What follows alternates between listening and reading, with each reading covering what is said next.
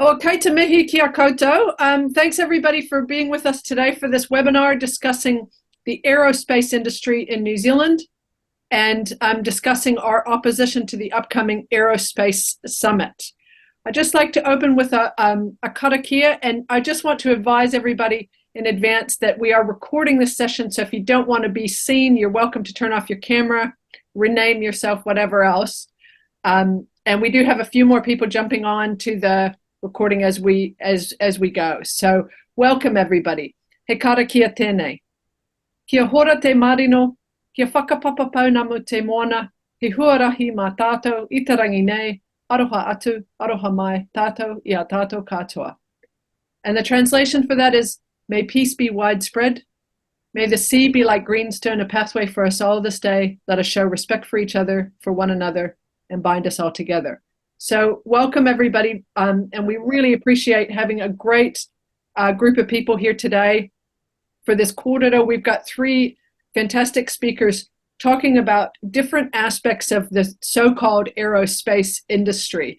And I say so-called aerospace industry because to my mind, the aerospace industry is effectively the weapons industry. The major players of the aerospace industry are the largest weapons manufacturers in the world.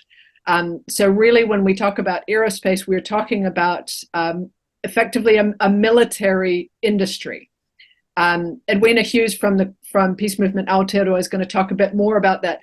But first, we're going to turn to Dr. Robert McLachlan, who's going to walk us through some of the climate and ecological impacts of the aerospace industry. And I'd just like to introduce Robert. He's a mathematician at Massey University.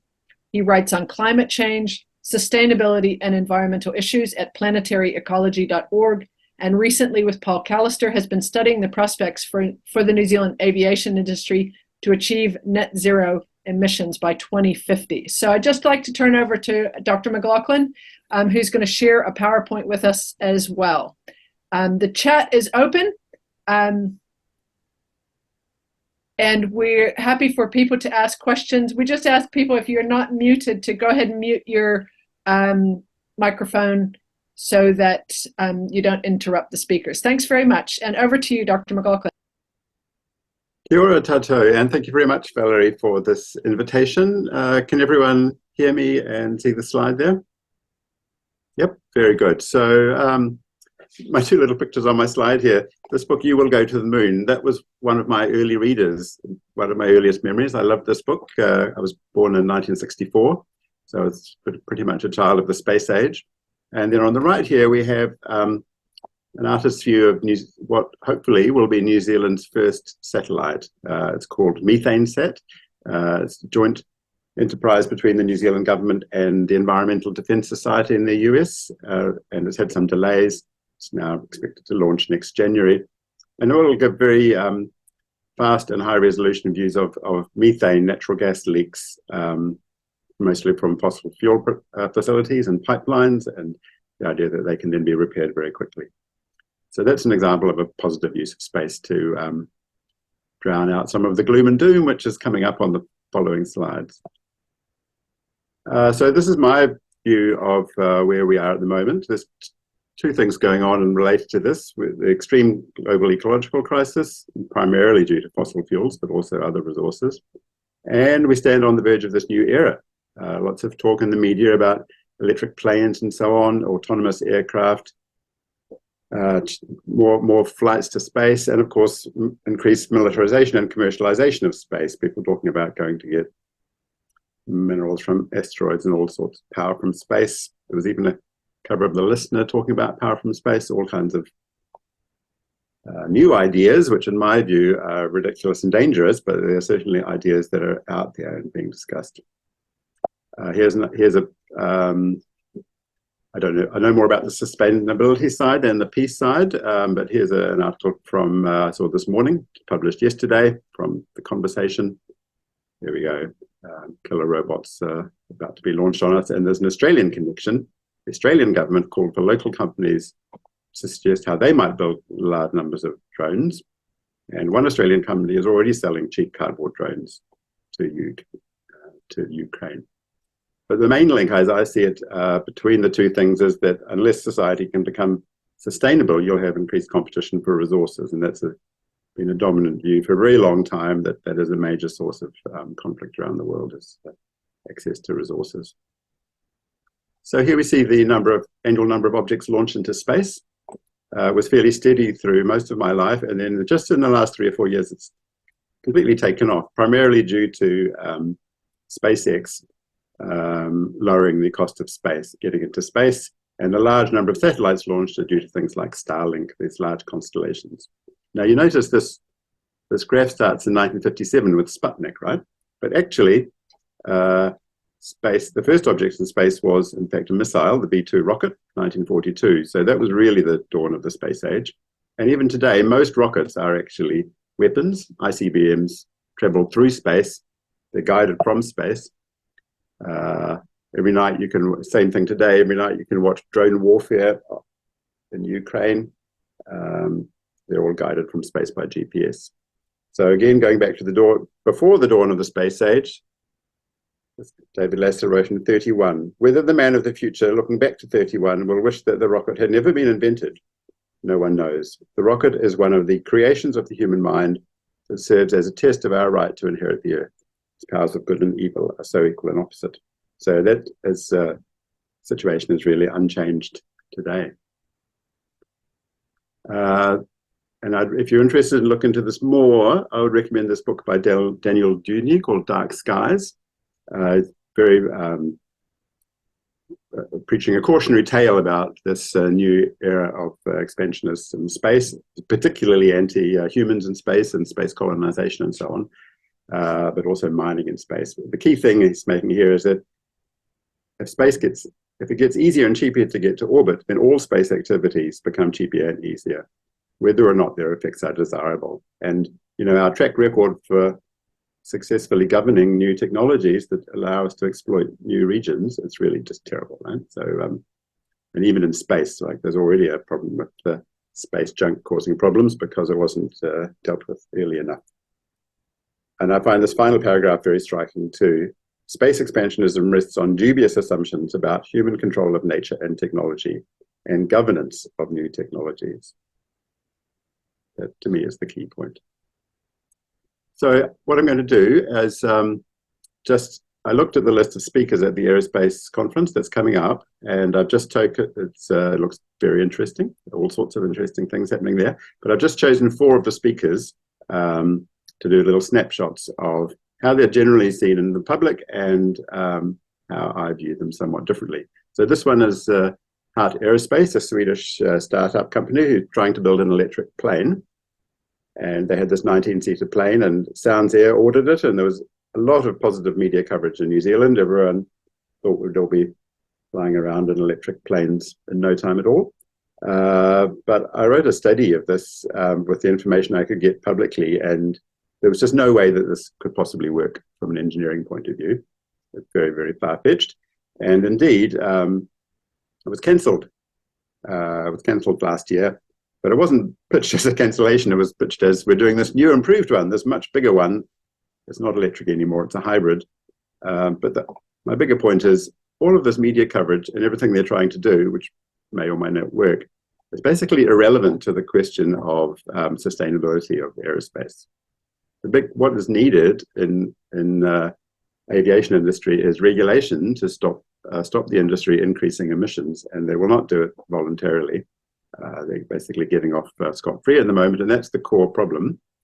And if you were a cynic, you could say that all of this discussion of this kind of thing is really a distraction, an attempt at a distraction from the real issue. The next one is Whisk Aero. So this is the Jetsons flying car industry. There must be like 500 of these startups around the world. But this is the one that's been in New Zealand. They're undergoing trials. Supported by the New Zealand government, although it's an American company. The special thing about this one is it doesn't have a pilot, so it's part of the drone segment. Now, again, the media coverage is just so distorted and breathless and not passing even a basic test of credibility that it's a bit of a joke. So you read in the paper that you'll be able to do a city hop, from Auckland to Waiheke or something for $3 a kilometre. Now, that's the cost of renting an e-scooter. But this aircraft is going to cost 8 million, whereas an e-scooter costs about 800. If the vehicle costs 10,000 times as much, it's not going to cost the same amount to rent. How many people do you know who can afford to rent $8 million vehicles for short trips? It's just, the whole thing is basically ludicrous. And again, it's a distraction, but it's sort of worse because large amounts of money flood into this area. Engineers work on it, even on things that can never possibly work, and most of which will fail, and the media talk it up to a ridiculous degree. Again, I don't know whether this will ever work. It may work, it may not work, but it's basically irrelevant to the questions of sustainability. The third one, now this Tāwhaki initiative, I only know about it from the information that's provided on their website. So I don't have any inside knowledge, I'm afraid. But it's based at Tāwhaki, which at Te Tiriti Spit. And their twin kaupapa is to heal and rejuvenate the unique whenua at Te Tiriti and advance Aotearoa's aerospace industry. It's a joint initiative between two runanga and the Crown. And they've got this land here, 1,000 hectares of land. This is a quote from the website. Te Tiriti is a key part of the largest and most ecologically outstanding area remaining in Lower Canterbury. Tāwhaki is already receiving widespread inquiries from parties interested in supporting the dual kaupapa of rejuvenation and aerospace development. Now, this is right next to Te Waihora, Lake Ellesmere, which is one of the most polluted lakes in the country, all due to the massive expansion, unregulated expansion of the dairy industry. It's dead. 20 years of attempting to rectify it have not yielded any improvement. It's really just a classic study of failure to regulate a polluting industry. So how, I can't get my head around it, how building a spaceport right next to it and planting some native shrubs, which is the proposal, 5,000 native shrubs will be planted, how that can rejuvenate this ecologically outstanding area is just completely beyond my understanding. Rocket Labs had previously applied for consent to launch into space every 3 days from this site, although they later moved to Māhia. And the final one, who are also speaking at the conference, New Zealand airports. I'm involved with an effort to try to stop the construction of a new international airport at Terrace in central Otago, because the whole airport industry is even more pro-growth, essentially actively planning to increase emissions than the airlines themselves, because you can't have more flights without more airports. And in this case, it's a particularly extreme one. So here they are saying New Zealand airports, they want a greater public understanding and a positive narrative to counterbalance the perception that aerospace and aviation have generally poor outcomes for the environment. Yeah, well, they do have poor outcomes for the environment. There's no denying that. And trying to spin it some other way, well, maybe it can work for a while, but not indefinitely. And this particularly annoys me. This is a straw man argument. Nobody that I'm aware of is proposing to stop all flying immediately. But what the industry wants to do is grow it indefinitely. So it's a difference between keeping it steady or slowly declining versus unlimited growth. The growth in the past was only possible because the industry was unregulated. So, attempting to wrap up, this is what I wrote in my submission to the aerospace policy. There are some parts of it that are good and can be good. The Earth observation satellites, for example, that is in fact needed. But the whole industry needs to be just kept a much closer eye on and regulated, for example, with the even the direct environmental act of a space launch, for example, is not really monitored at the moment. And there are some things that we should not be doing.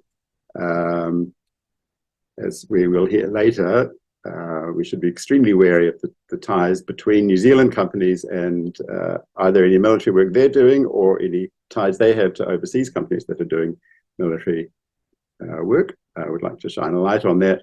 And as I showed in the earlier slide, the killer robots thing is a bit alarming.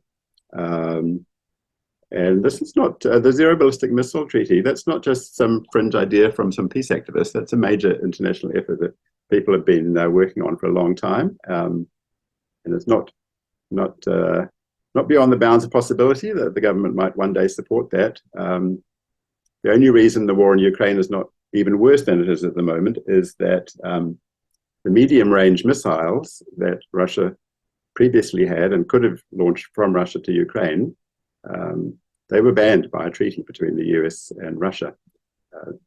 All missiles with ranges between 500 and 5,000 kilometers were banned and no longer exist. So sometimes progress can be made. Okay, thank you. Fantastic. Thank you, Dr. McLachlan. Really appreciate that. And that's a wonderful segue, actually, into Edwina's corridor as the coordinator of the Stop Killer Robots campaign, amongst many other things. So I'm not going to lead in with much here, except to turn over to you, Edwina, and to encourage people, if you have questions of Dr. McLachlan, feel free to put them in the chat. If you can keep an eye on that, Robert.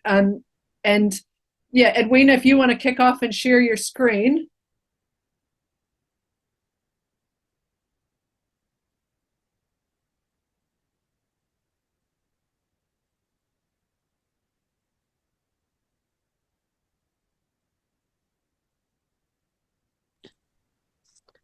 Kia ora koutou katoa. Greetings all. Thank you, Val, for this invitation. And sorry, can you see the screen because of this stupid computer? Oh, okay, cool. And please let me know if it doesn't move. Just wave wildly because I can see you in the corner. Thank you. So this presentation is focused on peace movement Aotearoa's views on the developing aerospace industry, and will outline our peace, disarmament and related concerns in relation to New Zealand government policy.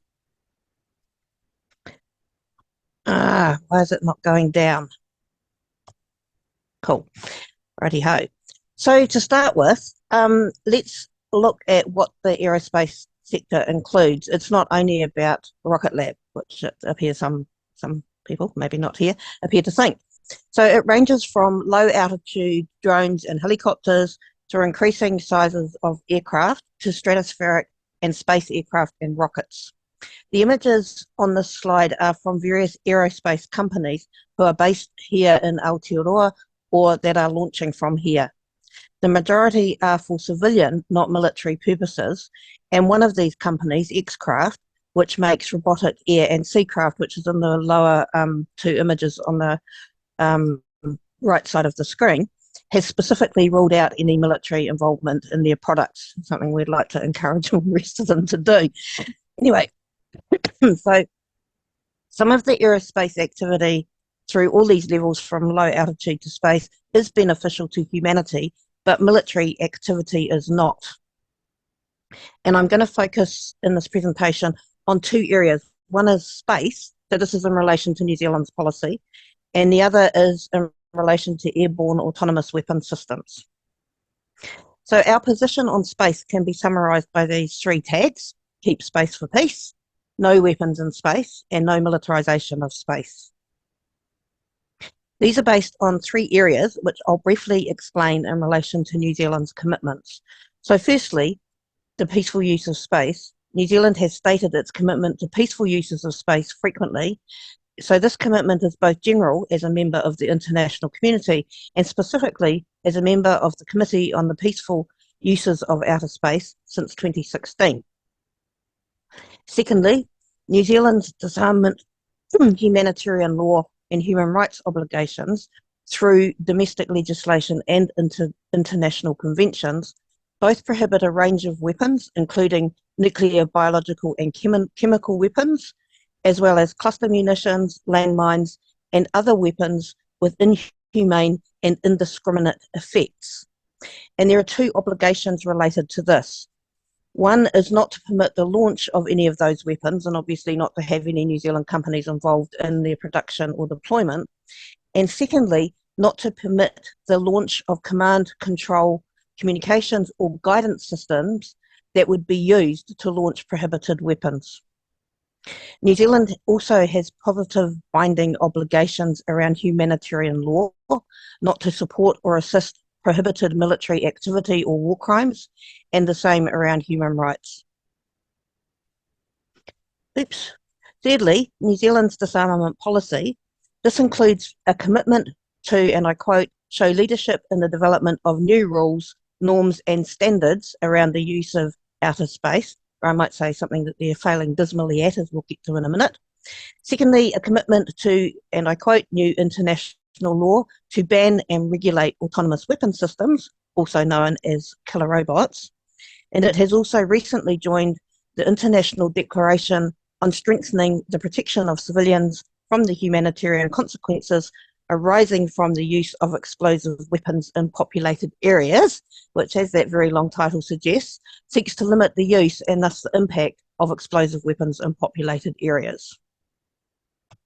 So, as I'm sure most of you, if not all of you know, last year MB ran a consultation process around New Zealand's aerospace strategy, during which we and others raised our concerns as previously outlined. So they're the three that I've just mentioned. Yep.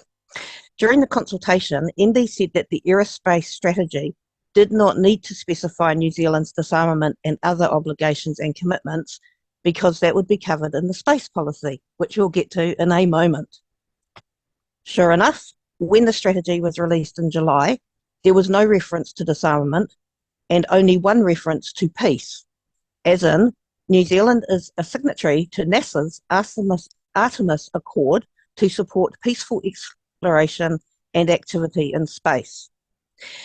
The aerospace strategy also included worrying statements about the MOD and New Zealand Armed Forces, which I'll cover under the space policy. So the space policy consultation ran at the same time, also run by MB, so the aerospace and the space policy, were running at the same time, and the same concerns were raised by ourselves and others, including the Public Advisory Committee on Disarmament and Arms Control, which I'm actually on, but I'm not speaking on behalf of today. That is the statutory body established by the 1987 New Zealand Nuclear Free Zone Disarmament and Arms Control Act, which includes statutory provisions around a number of different weapon systems. So lo and behold, as with the aerospace strategy, the policy released at the end of May by MB was a tragic disappointment. It was released in the same week as the UN Secretary General's For All Humanity, The Future of Outer Space Governance, Our Common Agenda policy brief, which includes a section on the prevention of conflict in outer space, which points out that additional normative frameworks are needed to prevent any extension of armed conflict into outer space and to prevent the weaponisation of outer space. If only New Zealand's policy said the same. So by contrast, the New Zealand space policy has only 4 references to a peaceful space environment and mentions partnering with like-minded launch states to adopt peaceful, responsible and sustainable space practices. But despite MB's assurances during the aerospace strategy consultation, it has no reference at all to disarmament, to arms control, conflict prevention, or to preventing the militarisation of space. Even worse, there is a section each for the MOD and NZDF, which refer to, and I quote, engagements with strategic defence partners and close cooperation with partner militaries respectively.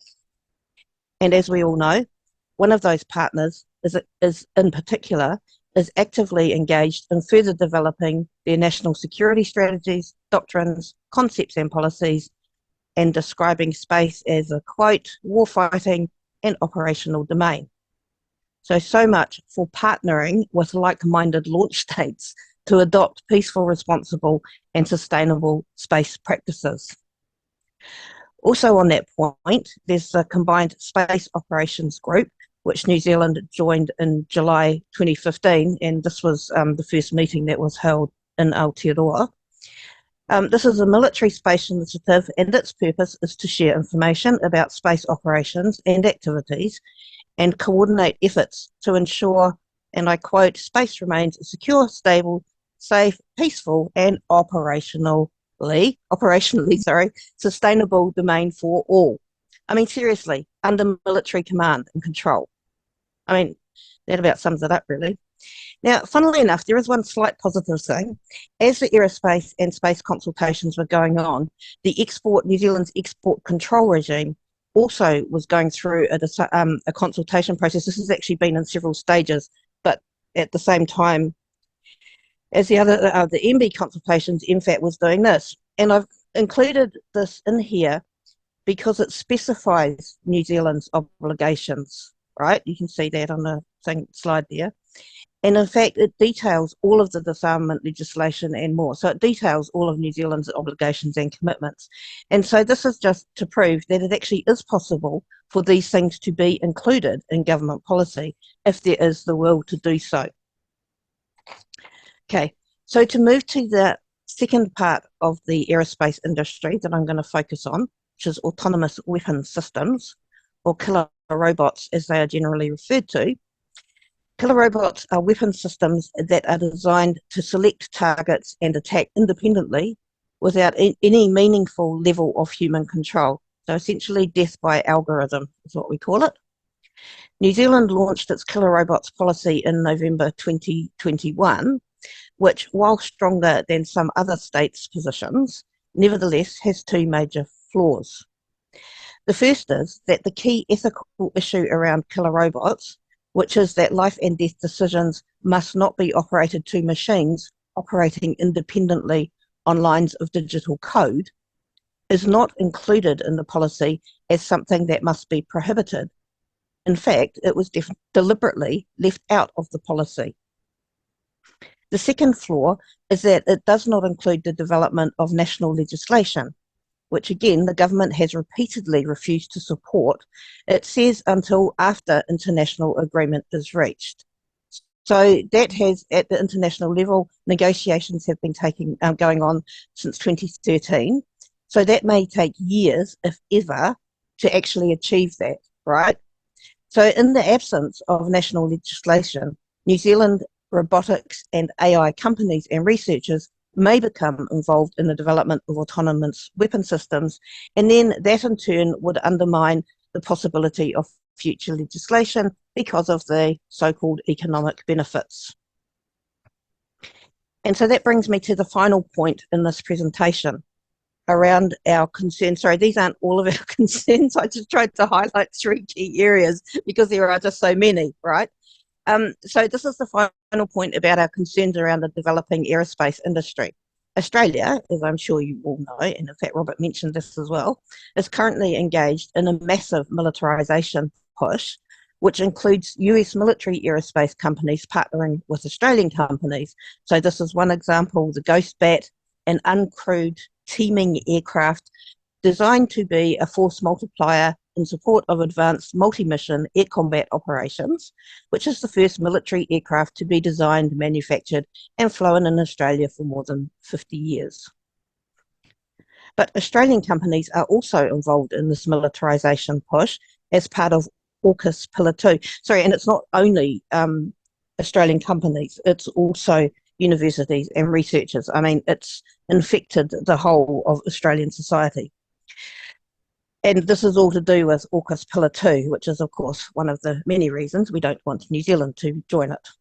So this is Defentex, which this company have developed they call them Drone 40 loitering munitions, which are designed to destroy tanks, manpower and ammunition depots, which it is currently supplying to Ukraine. And you can see the little image of it. It's all sort of folded in, and then it's fired from whatever it's fired from a range of different weapon systems, and then off it goes and then blows things up. But Defentex is also developing swarm technology, whereby artificial intelligence will be used to coordinate swarms of combat drones.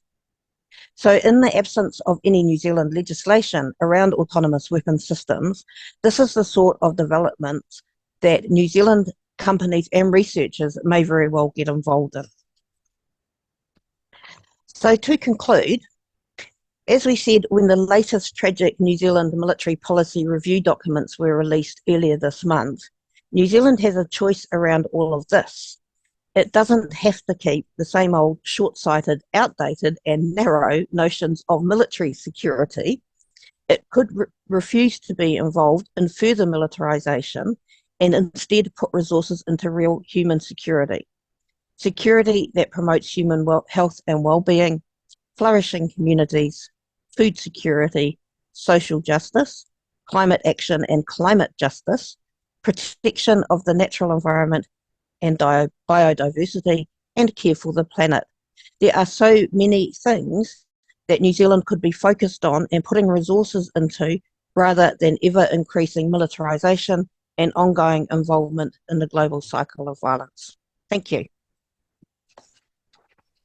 Right, kia ora, Edwina. Really appreciate that very comprehensive proposal, and I know that certainly from your perspective, you didn't touch on many of the key issues for the peace movement, but I think that that is a really nice setup, the kind of broad brush ecological and peace concerns about the development of a homegrown aerospace industry, and it gives a great lead into our third speaker, who's going to talk a bit more about the personal and about the local impacts of the aerospace industry. So I'd like to introduce Puti Moa, who's Rongomaiwahine and a local to the Māhia Peninsula, which of course Rocket Lab is using as a launch site. So Puti, I'm not seeing you on my screen. Yes, Puti, are you there? Yep.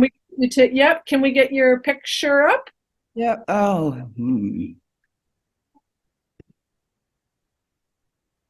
Tēnā tātou, ko Puti Moa taku ingoa, nō ka nei, ahau no te Māhia, ahau ki te taha ko tōku māma, no pētane me tuahui tōku pāpa. Yeah, we've had a lot of growing concerns over the time. Rocket Lab actually put the proposal on the table out here in Māhia, which is going back about 6 or 7 years ago. I just can't keep up with the time. There was a hui that was held because the Rocket Lab's sitting on Māori-owned land, as the proposal that they're doing over in Ngaitahu area as well. When it was first put out, we held the hui. What had happened was it was asked if any of the whānau would support a new company coming out for economic growth, and it was suggested Rocket Lab. And at the time, they gave an example of the actual size of what the Rocket Lab would be sitting on, which was about 1 metre by 2 metres. So questions were asked about setting up Rocket Lab. The first one was military. That was one of the main concerns our people had, was would there be any military involved? Would NASA be involved? And the answer was no, because Peter Beck was the sole owner at the time.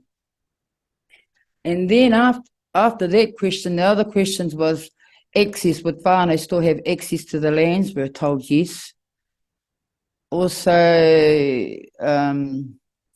employment. That's what was the carrot that was dangling, was offering employment and sponsorships to our community, which did happen at the beginning. It did happen at the beginning. We had our local pub who offered catering. They no longer do it. They've been replaced. We had one of our local cafes, which is right here on the peninsula itself. It's been renamed and relabeled Rocket Cafe. They no longer do a service for Rocket Lab. They did at the beginning, so they've been replaced. We also had whānau who had tickets to go there and do engineering, electricians, plumbers, whatever employment was available. They offered that to the local people. It was done. No longer, they've been replaced. Also on the ocean, we had people do the security zone who are our own fishermen. They've been replaced. Everyone's being replaced. with other people and smaller amounts of staff. And now we still have a security team that's on there. They're part of the Rocket Lab support system, I would say, and just to keep people out from that area. But 2 years ago, we held a protest, just a little protest out here at Mahi, just to put out the awareness, because, you know, everyone goes to sleep for a while, and then everyone's talking about, my Wi-Fi didn't go, it's playing up. So we all just brought it together to think that it's possibly an impact, it's getting affected from the Rocket Lab testing as well as the launching. And that has been happening. It still happens today. Our local shop, our local garage, which is about, our local garage is in another village just before you come onto the peninsula, and their FPOS drops every time there's a testing or Rocket Lab are launching. So they could test or they could launch. It affects the technology that we have out here. It did the same like when we had the cyclone, everyone got affected. The funny thing is, with the high technology that Rocket Lab is supposed to have, which they had told us all from the beginning before they even built here, was that we would actually get a faster Wi-Fi and better technology, but those things haven't happened for us as of yet. The issues that we still have here is that they have now 3 launch pads here, I think it is. Yeah, 3 launch pads, I think it is. So those are great concerns, eh?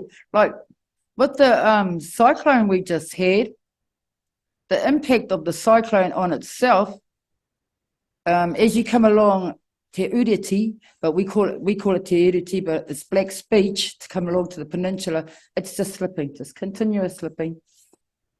But the funny thing is, when the cyclone happened, the roads are getting fixed up a lot quicker, just where that slip is. We have a lot of slips all around the peninsula that were here before the cyclone, which don't get fixed up. However, some time ago, Rocket Lab issued so many millions of dollars from the government to help with the roading for over at that side, over at Tauapata Onanui, which is on the point of the peninsula. There's an island there. I was listening to a kōrero earlier about what's going on in South Island. We have the same here, right? We have a sanctuary on the island, which has the birds, the shore plover birds. They've been here for like almost 20-something years now. So we took that in consideration also as about what would that do? What would the launching of the rockets and its pollution, if there's any pollution, do to the birds over on the island, which is just across from where the launch pad is? Well, they said nothing would happen. We don't know what's happening because we're not allowed in there unless we're going for a hui, or we can go down there and visit our old the burial grounds. And it's just the typical way of doing it, though. You have to ask the trust, which is our whānau. Our whānau do have access now, and all they need to do is go through our whānau trust, and then the whānau trust go through the farm and then allow whānau to go and have access. However, at the same time, there are our own commercial fishermen out here. When there are launches, they have a zoning time. It used to be 10-day window. I don't know, they may have shortened it now. But so what would happen is our fishermen couldn't go out there and get their kai, get their quota. Our whānau couldn't go and get kai if we had a tangi because of these zonings. So we've been restricted of those things.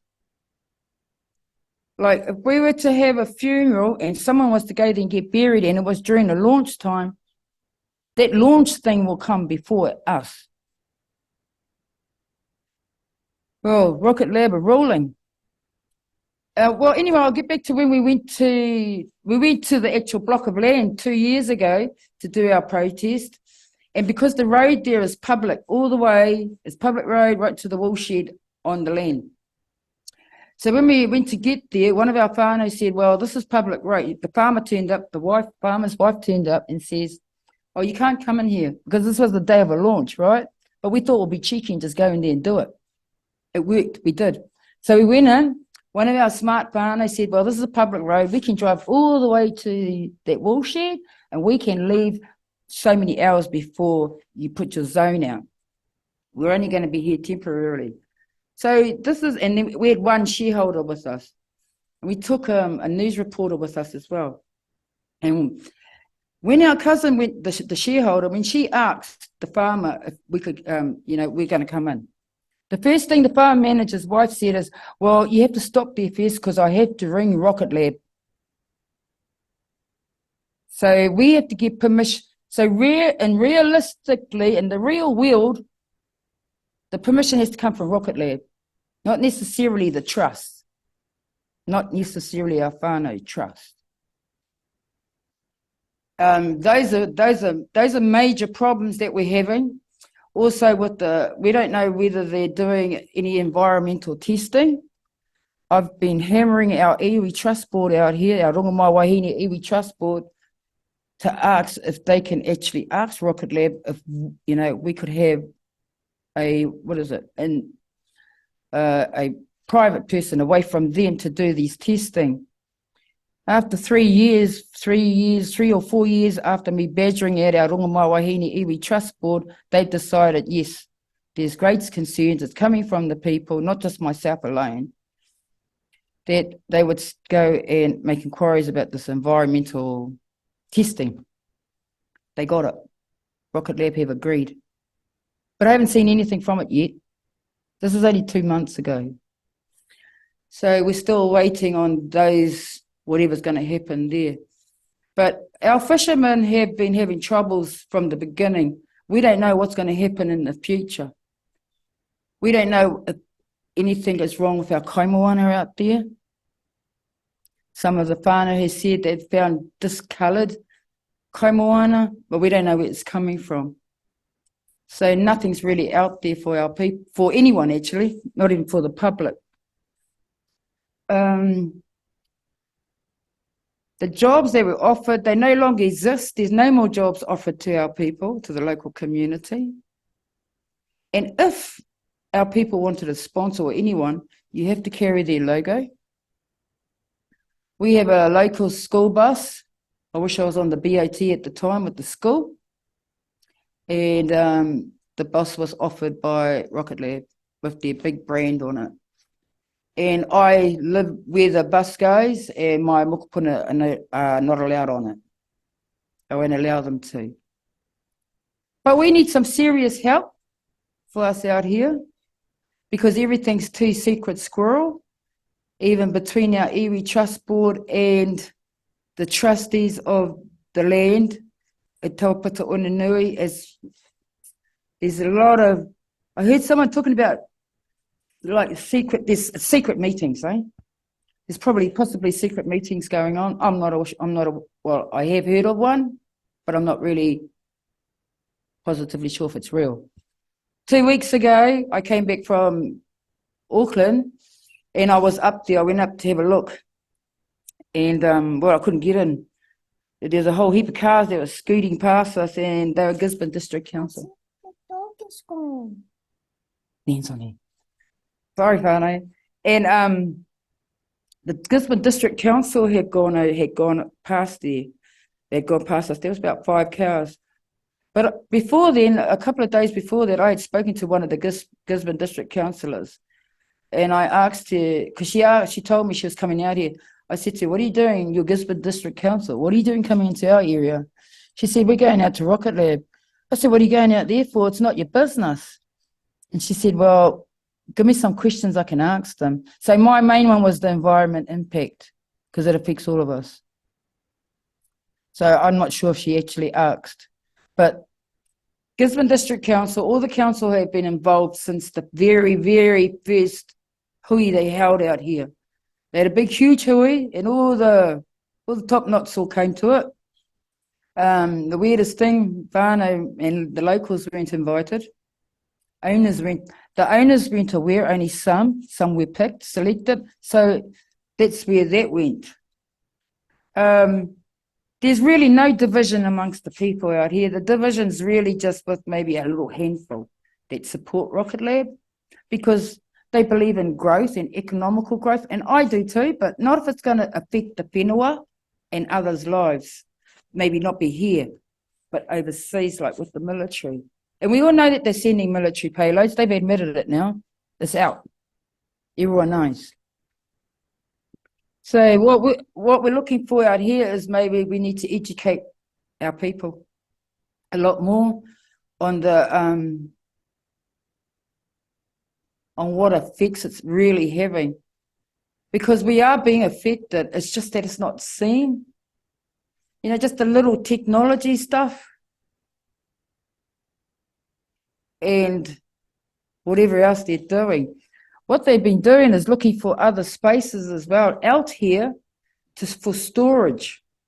I don't understand it when they've got all the farmland out there that they occupy. So they're looking for storage to store what? I don't know.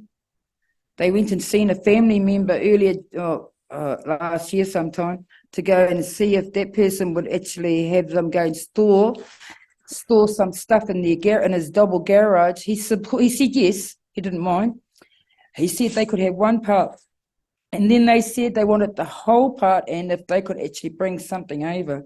He told them no, because now they're getting bigger. They got a lot of pull here, eh? Just said we don't know it. They've got the pull with the council and the government.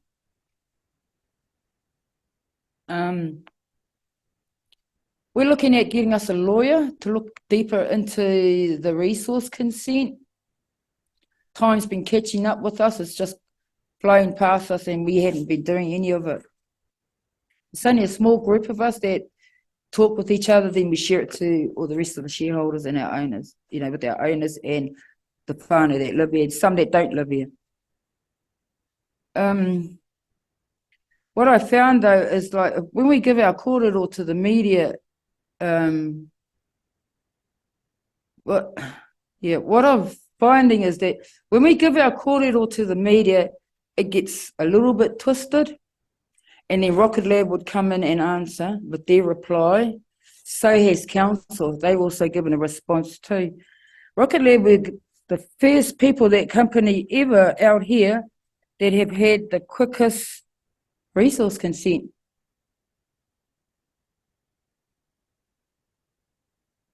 So those are things too that council should be accountable for.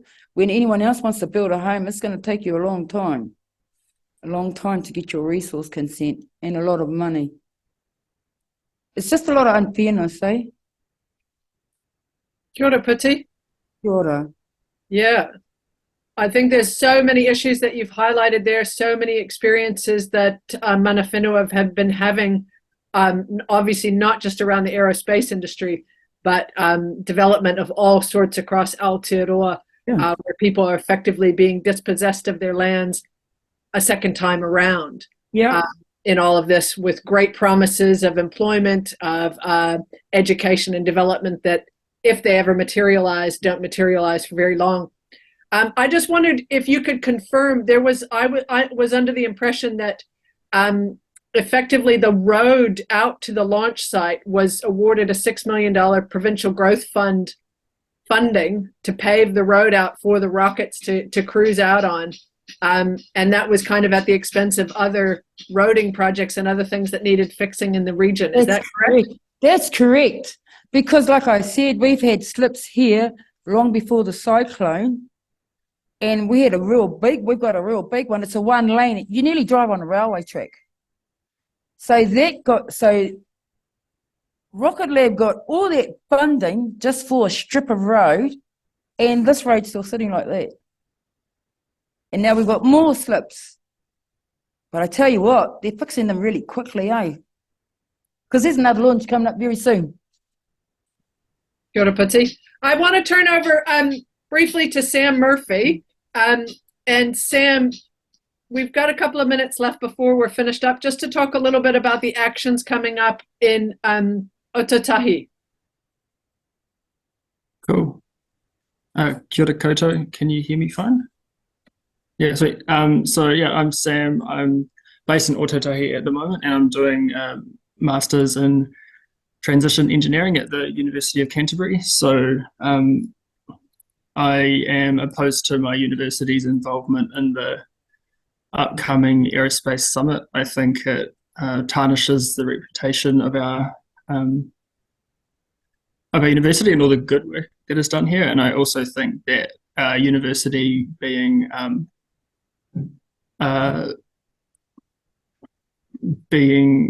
shown next to Lockheed Martin and Rocket Lab and others benefits those companies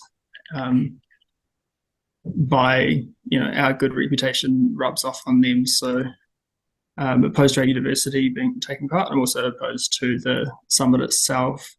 So I'm part of a collective of people who are organising to protest the summit on the 11th and 12th of September at Te Pai Convention Centre right in the middle of town in Ōtautahi.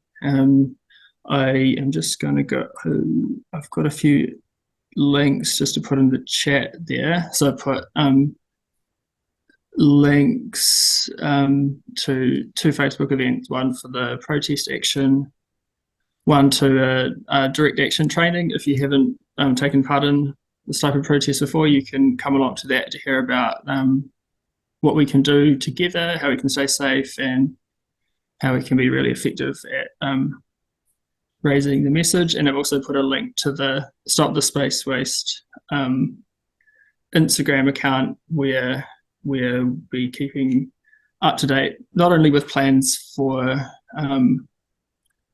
plans around the Aerospace Summit, but also some of the reasons why we oppose the summit. But and I guess in summary, just you heard a lot of the reasons today. We oppose the growth of polluting industries. There's no pathway forward for aviation without reducing the number of flights drastically. We're opposed to the militarisation of space and the militarisation of Aotearoa, and we're 100% in solidarity with people at Rongomaiwahine who have been lied to and treated unfairly, as you just heard. So tell your friends and whānau to head down to Ōtautahi, check out our pages, and come get involved. Kia ora koutou. Kia ora, Sam. Thank you very much. I just wanted to sort of wrap up before we conclude. Lots of us have been on the journey around climate, around Te Tiriti justice, and around peace kaupapa for a very, very long time, and lots of people on this call very involved in these struggles in different ways. This is really a kind of a newly emerging arena for these struggles that is really, really tied up together. And it's both disheartening that we're having to engage in this new area, but also hugely encouraging that we are all here today working together. And Sam and I have worked together over many years, participating in nonviolent direct action and really confronting these people at the cold face, engaged in this industry, because we feel like we're really hitting crisis point with climate crisis, with militarization, with Te Tiriti justice. We can't sit by anymore and allow more of this stuff to go on. So we really do encourage people to engage in this kaupapa in one way or another through the different kinds of organizations that you're involved in, and to encourage and spread the word about what's going on. A few years ago, we really targeted very heavily the Defence Industry Association, which is essentially the industry body for the arms industry in New Zealand. And we take a similar kind of approach with the aerospace industry, also sponsored, not surprisingly, by Lockheed Martin. So we really want to just thank our speakers today, Dr. Robert McLachlan, Edwina Hughes, and Puti Moa, for your time, for your expertise, for your knowledge. Thank you so much for sharing with us today. And please do sign up on our Facebook event and to follow what's going on over the next couple of weeks and going forward. We've just written to the Minister of Research, Science and Innovation, who's Dr. Aisha Verrill, expressing to her our deep concern about the government's continued cheerleading of this industry. And a lot of our efforts are going to be headed at the government itself, and why is it continuing to effectively underwrite this industry to the tune of millions of dollars. So yeah, we would encourage you to use your voices in the ways that you can, and to join us in Ōtautahi Christchurch on the 11th and 12th if you're able to. So thank you everybody for being with us today. And I just want to close us with a karakia before we go. And again, thanks very much to our kai kōrero for their expertise. He karakia tēnei. Unuhia te pō whirimarama. Tomo kia te ao whatu tangata. Tatai ki runga, tatai ki raro, tatai ahurau, haumie huie, tai kie. And from that is, the translation is, from the confusion comes understanding, from the understanding comes unity. We are interwoven, we are interconnected together as one. Kei te mihi ki a koutou. Thanks everybody again for being with us today.